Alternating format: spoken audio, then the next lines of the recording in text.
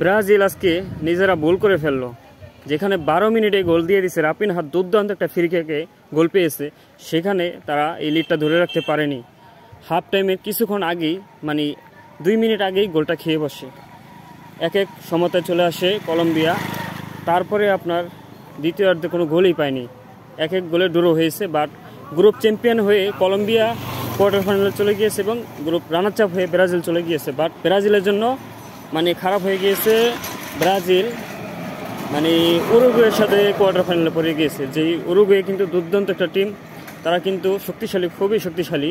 সবচেয়ে বেশি কোপা আমেরিকার কাপ জিতেছে এই উরুগুয়ে, এবং এবারও তাদের প্লেয়াররা পুরো ফর্মে রয়েছে এবং তারা কিন্তু খুবই ভালো খেলতেছে। তাদের সাথে পড়ছে ব্রাজিলে। ব্রাজিল কি পারবে? আর যদি ব্রাজিল কলম্বিয়াকে হারাতে পারত, তাহলে কিন্তু ব্রাজিলের আপনার পানামার সাথে পড়তো। খুব সহজ একটা প্রতিপক্ষ পেতে ব্রাজিল, বাট সেটা আর হলো না। এখন কিন্তু উরুগুয়ের সাথে জমজমাট ম্যাচ হবে ব্রাজিলের। আজকের ম্যাচে যখন প্রথম গোলটা হয়, দুর্দান্ত একটা ফ্রি কিকে গোল দেয় রাপিনহা। বাট ভিনিসিয়াস জুনিয়র একটা ভুল করে বসে, সে আপনার কলম্বিয়ার এক প্লেয়ারকে মুখে হাত দিয়ে দেয়।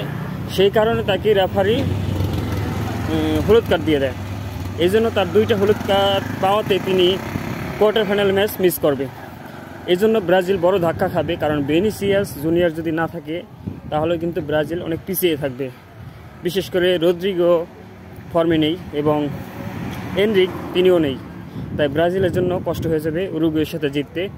তাই ব্রাজিলকে যেভাবে হোক উরুগুয়ের সাথে জিততেই হবে যদি তারা সেমিফাইনাল জিতে চায়।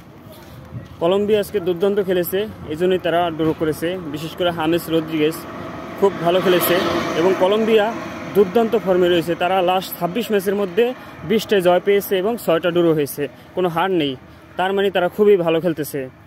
তাই ব্রাজিলের মানে জিতাটা উচিত ছিল, তাহলে সহজ প্রতিপক্ষ পেত পানামা, তাদের সাথে খুব ইজিভাবে জিততে পারত। তাই বড় ধাক্কা খেলো ব্রাজিল। ভিনিসিয়াস জুনিয়র হলুদ কার্ড পাওয়াতে আরও পিছিয়ে পড়ে গেল ব্রাজিল টিম।